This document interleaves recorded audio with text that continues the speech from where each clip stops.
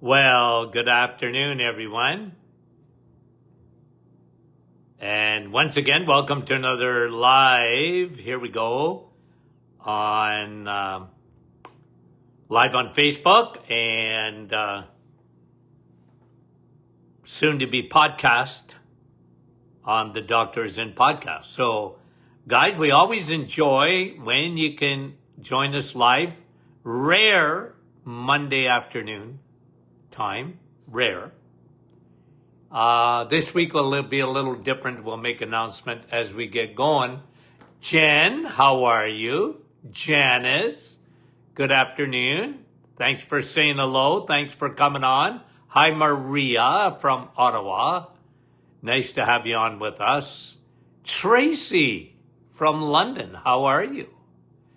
Dr. Bennett, how is my friend out in Newfoundland? Annette, how are you doing? Rosa, Frida. Good to have you guys on, folks. We appreciate you big time. Hey, Anna, coffee time. It's a good time to have a coffee in the afternoon. Why not? Cheryl, Fran from Orangeville, Roxanne, Edmonton, how are you? Sherry, oh, I want to sing so bad.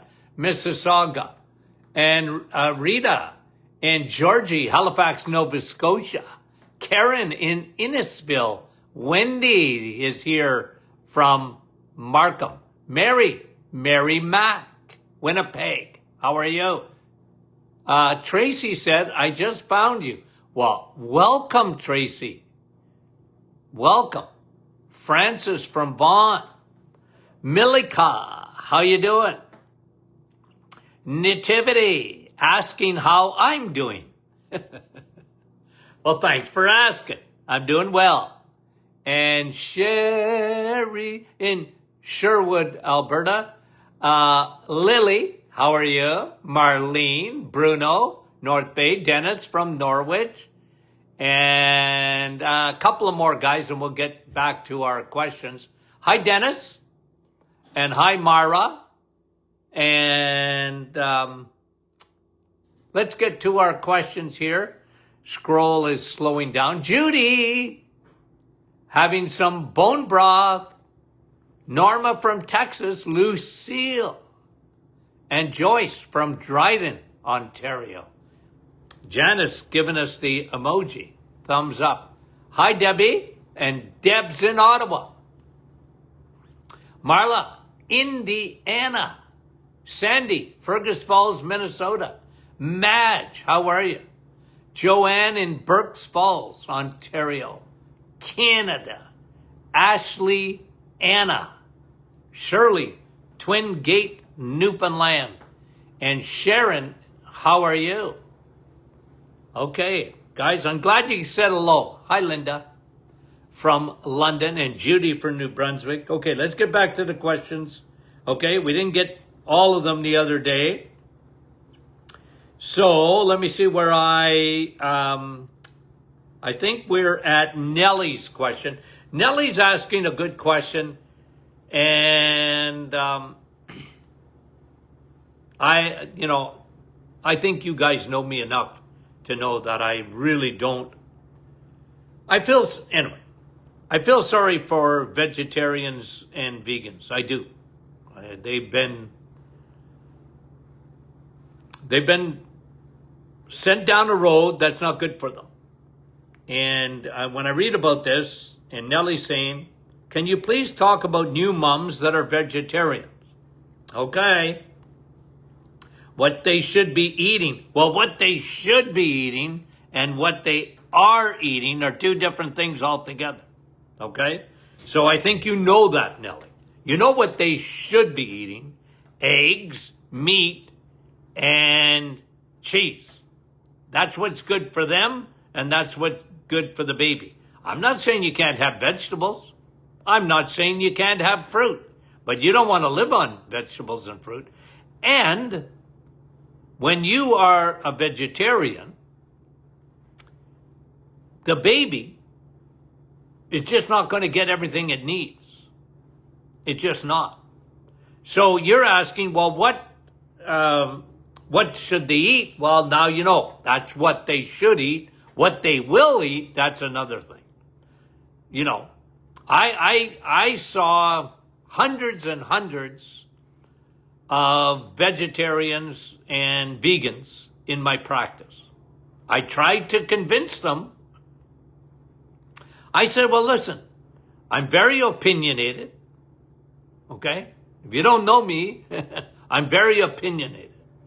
But you came to see me in my practice. Now I'm going to tell you that you're making a big mistake. Now, you might not like to hear that, and you're making a big mistake, because only in the animal kingdom are you going to get complete nutrition. It's not found in the plant kingdom. Now, there's some good things in plants. I'm not saying that, but it's not complete. First of all, your bioavailability of certain key nutrients are just missing. So you can believe the propaganda, or, I hate this in a way, because I don't use the word follow the science much. You don't hear me say it, because scientists have abused that. Okay? Follow the science. They abused it. What science? But my background is nutrition, clinical nutrition, and I can tell you, in the very basics of nutrition, in a vegetarian diet is far from complete, and so even worse in a vegan diet. They're just far from complete. You're not going to get the heme iron you need. You can get iron, but you're not going to get HEME iron. You just can't. You're not going to get B12. You just can't. B12 is an essential vitamin. You're certainly not going to get the best way to get vitamin D is from the sun, but there are a lot of Inuit and whatever tribes that they get vitamin D, but they get it from their food. If you're going to get vitamin D from food, you better be on a lot of fat, organ meat. Otherwise, you're not getting it, right? It's not in vegetables. And so, if you can convince someone, I've done it. I've had patients leave my office, and because of the deficiencies I saw in them, and I said, well, you're believing propaganda, not what's true in nutritional advice. I'm going to give you some advice. It's up to you whether you accept it or not. It's up to you whether you implement it or not. It's not up to me, it's up to you. But I'm consistent. I've been an animal kingdom guy since I don't know when. Consistent. Eggs, meat, and cheese. Dairy. Don't ditch dairy. Switch dairy. I don't care if you're drinking milk. I really don't care for milk. But I sure care for dairy. Okay? Butter. Cream. Okay. So good question. I would just say to you, Nellie, if she's supplementing, or at least she wants to supplement, there are some things, like I said, the iron, the B12, the vitamin D, absolutely essential that she get on that. Okay? Claude, I take antibiotics for a tooth infection. Does it matter with take them with food? Well, most antibiotic, not all, But most antibiotics, they actually recommend you take it with food. Why? Because it's going to upset your stomach. And I'll tell you what, Claude, make sure, 100% for sure, you're taking probiotics with your antibiotics. Okay? You don't have to take them at the same time, but I'm not big on that so much. I just want you to take them. And I'd actually double up your dose of probiotics. If you're taking an antibiotic, you absolutely need probiotics. Okay? And yeah, probably better to take the antibiotic with food because most antibiotics will bother your stomach. And they'll wipe out all your good bacteria. So make sure, Claude, you're taking care of that. Okay? June, I heard you say, well, you probably heard right. You like flax. I do. Okay? You're not a squirrel. You're not a chipmunk. But I love flax seeds. And I have a reason to love flax seeds because flax seeds contain a very, very important ingredient called lignans. L-I-G-N-A-N-S. Lignans. And lignans are really, really good to block extra estrogen and xenoestrogens. Remember, we live in a toxic soup. You do, and I do. No exceptions. Well, Dr. Martin, I don't use plastic bottles. I don't do anything. I know, but you're still living a toxic soup. It's everywhere. It's in the water. It's in the air. It's in the soil. Okay? Organic, I don't care. Like, beautiful. I love organic. But you can run, but you can't hide from the residue of pesticides, microplastics, chemicals, and they all elevate estrogen. And because they're xenoestrogen, they look like estrogen to your body. And flax seeds are tremendous. Unlike any other seed. Okay? So June says, I presently make little breads with ground flax. I keep in my freezer. Well, June, I'm not telling you not to have bread, okay? It's just that man shall not live by bread alone, and I mean it. Because we live in a day and age that be careful with your breads, okay? Because it just turns into sugar rapidly. But anyway, you're not asking me that. You're asking me about flax seeds. And I'm sorry, your doctor is wrong to say that flax seeds are dangerous. They're far from dangerous. They're good for you. And by the way, have I been consistent about that? Yep. And I understand because they'll say, well, you see, flax is a phytoestrogen. You're actually elevating estrogen, Dr. Martin. Nah, you're not. Okay, you're not elevating estrogen. And you're actually blocking extra estrogen. Okay, I love DIM for that. DIM is in broccoli, but it's an extract. You have to eat 2 bushels of broccoli to get what you get in DIM. We put in our hormonal formula and our menopausal formula. But I love flaxseed. Flaxseed is tremendous. Men should take it to lower their estrogen. It's really good for them. And women should be taking flaxseed. It's very good. Okay? Oh, the doctor said that it can affect the thyroid pill. Nonsense. I've never seen that.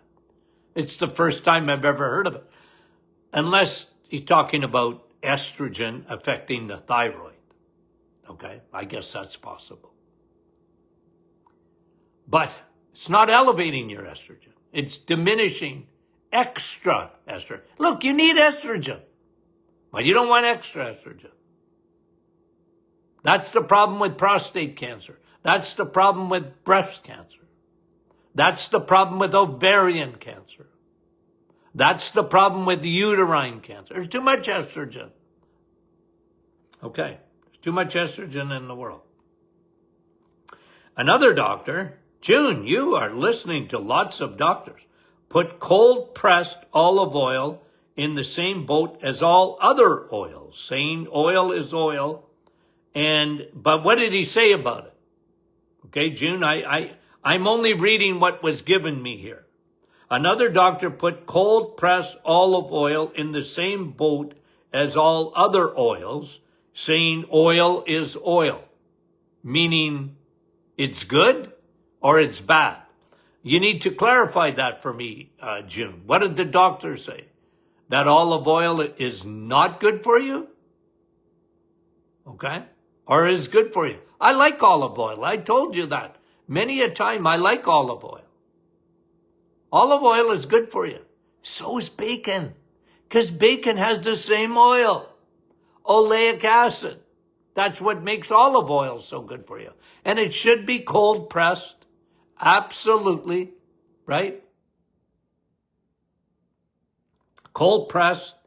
There's better olive oils, and there's, there was a real scandal within the olive oil industry a few years ago when they found out a lot of olive oils was sort of a mixture. They were mixing vegetable oils with olive oil.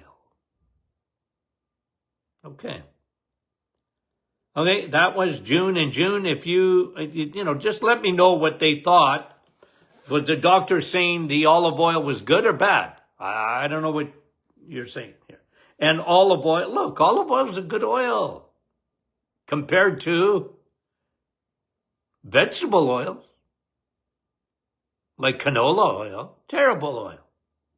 Safflower oil, terrible oil. Sunflower oil, terrible oil. Okay.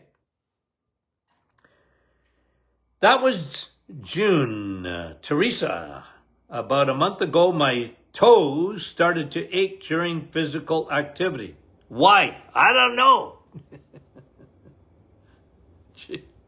Okay, Teresa, I don't know. Look, you might be, and if it's only during physical activity, I doubt even what I'm going to say right now. If you gave me a little bit, if it's only bothering you during physical activity, you say it's not your shoes. But your arches might be flattening out, and it's just coincidence that on the timing of it, you might think it's not your shoes at all. But if they're not bothering you at any other time, other than physical activity, your toes are not bothering you. Like, you see, when someone tells me, look, my toes are starting to bother me. My feet hurt. They didn't hurt before. Well, structurally, I used to look at arches.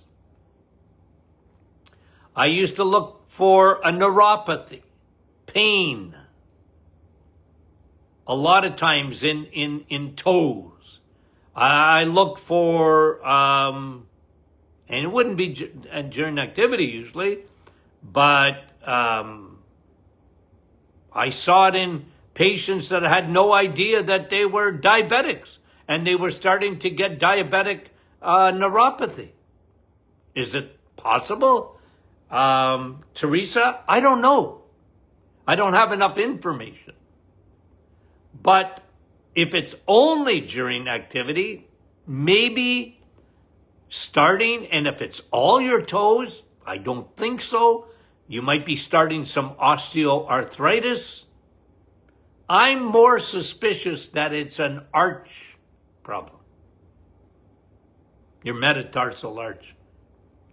But I need more information to give you a better answer than that, Teresa. Okay. Pierrette, 5 years ago, she purchased a mineralized water filtration system called Santevia to regulate pH levels in the water. Okay, so what changes the pH in the water? Minerals. Okay? That's why when you get spring water, you'll have an alkaline water. Okay? That's why I love spring water. But, okay, this is really important to understand this, okay? When you drink water, it is not going to change the acidity in your stomach.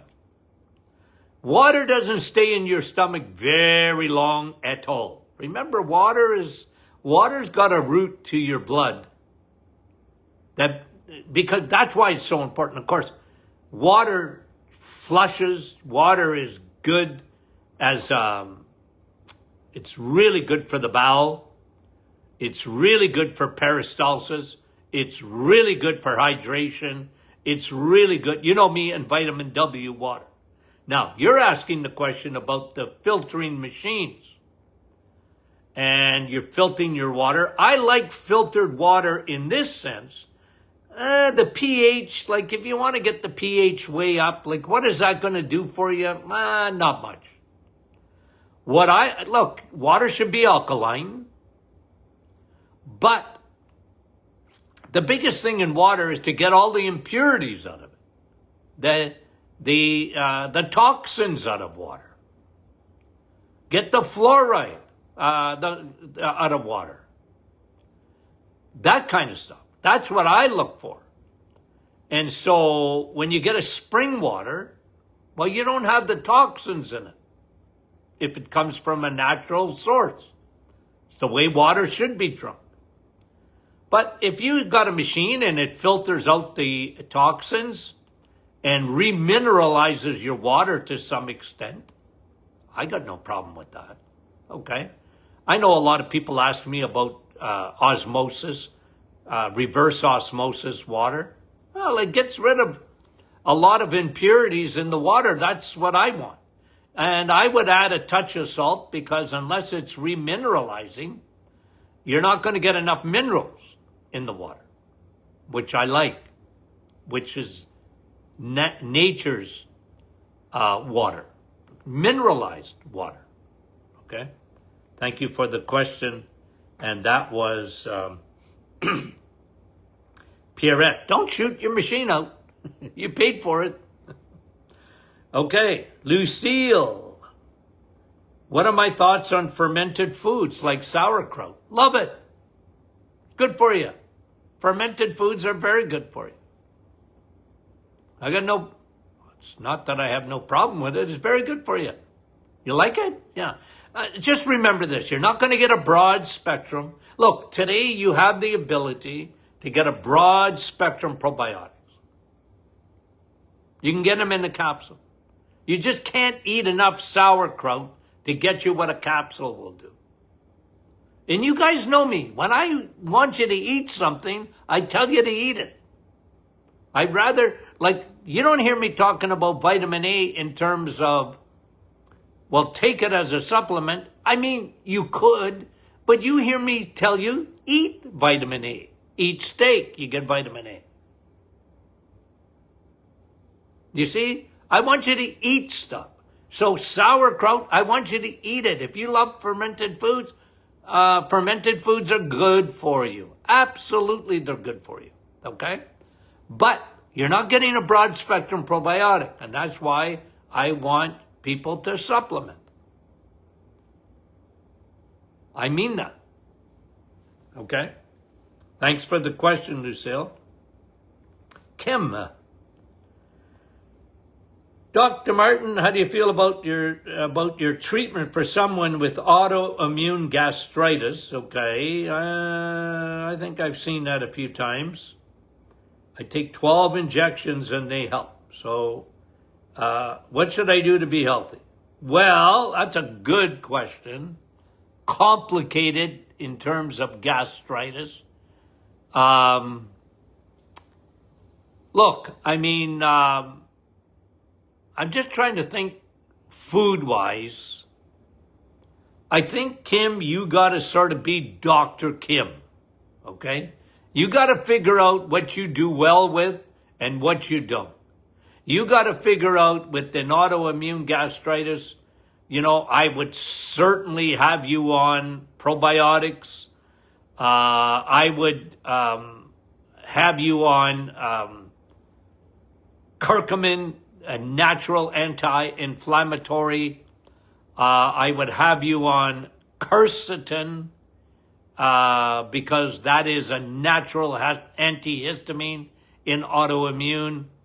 I'd have you on vitamin D, probably somewhere between 8 to 10,000 IUs a day. In autoimmune, fix the leaky gut. You probably have fungus or candida coming out the wazoo. Okay? So all of those things above, Kim. Nancy, last question. We're going to get done with the Q&A. What would you recommend for a 53-year-old male who's got low testosterone? Join the cast of millions of men that have low testosterone. So before I answer the rest of your question, let me stop right with the testosterone. Get the estrogen down. You want to elevate testosterone? Start by getting the estrogen out of the body as much as you can. Flax seeds, dim it out. And I've never seen a case of low testosterone where they usually didn't have low vitamin D with it. Vitamin D, the sun. Sun, steak, and steel. Remember the book? I have it right in front of me. Sun, steak, and steel, available in Canada. Okay? So, what do you do? Sun, steak, and steel. What else were you asking? Okay? He's getting shots of testosterone. Okay? Fatty liver. Okay, well, there you go, Nancy. The 53-year-old male, okay? We talked about testosterone. Let's talk fatty liver. You know what to do. Empty the liver. Steak, eggs, cheese. Lay off the carbs. Lay off the sugars. Lay off the breads. You can't even have flax bread. Okay. Too much iron. Yep. He's got hemochromatosis. What does that mean? Fatty liver often does that. Trouble with the liver, trouble with insulin. Trouble with the liver, trouble with insulin. Lower the insulin. And fatty liver, simple. Sugar fills your liver with fat. Especially drinks. Lay off the booze too. Okay? And high blood pressure, high triglycerides. Yep. Metabolic syndrome. Start with the diet. Big time. Start with the diet. Empty that liver. And watch how much better. And watch how much better the testosterone gets. Should be around 10,000 IUs of vitamin D every day. Okay? And taking beef liver supplements and that. The triglycerides will come down when the liver empties. Okay. That's it. We got done. Okay. So guess what, guys? Tomorrow, another afternoon session. This week's it's funny. Okay. And we'll post this for you. Okay. On our private Facebook group. But afternoon session tomorrow, Wednesday morning, Thursday morning. And then I'm off on Friday. That's the plan this week. So we'll do Q&A on Thursday. That's the plan. Subject to change. Well, hopefully not, but that's the plan thus far. Okay? So tomorrow, again, afternoon. We'll post it to remind you. Okay, guys, we love you. We'll talk to you soon.